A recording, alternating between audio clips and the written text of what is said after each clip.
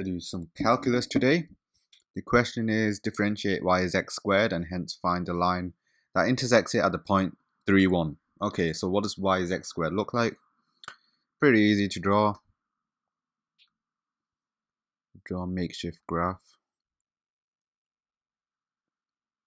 Something like that. And essentially what it's saying is, let me change color, I'll do red. It's saying find the point that it intersects at 3, 1. So if we say 3, 1's about here-ish, then it's saying find that line that is tangent to the point 3, 1 on the curve y is x squared. So this is where differentiation really comes in useful, because when you differentiate a curve or something, it'll give you essentially a formula to work out the gradient at a particular point. So if we answer this question, it's pretty easy to differentiate.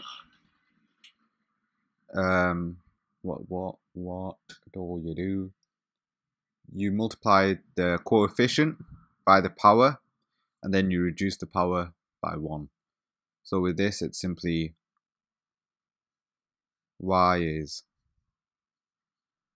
2x. So multiply the coefficient by the power. The coefficient is the thing behind the x. So y is x squared, so it's y is 1x squared. So you do 2 times 1 will give you the 2.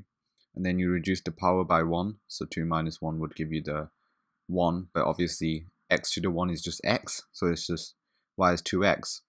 Now this is essentially the gradient formula that we will be using, because we now know that x is 3. X is 3 and y is 1. And we know that y is mx plus c. Or if you prefer, you can use y minus y1 equals mx minus x1. I think it is.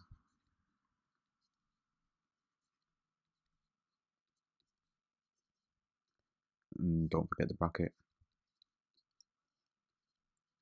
I think that's it. I don't really use that one. So I'll be sticking with y is mx plus c. So m, the gradient, is simply just this formula. So it's 2x. Now x is 3. So it's 2 to the 3, which is 6. So the gradient at that point is 6. So you just fill in the values into y is mx plus c. So you know 1 is 6, x is 3, plus c. So you know that therefore c is 1 minus whatever 6 times 3 is. 6 times 3 is 18. So it's 1 minus 18, which will give you minus 17. So the answer is y is 6x minus 17. Pretty simple.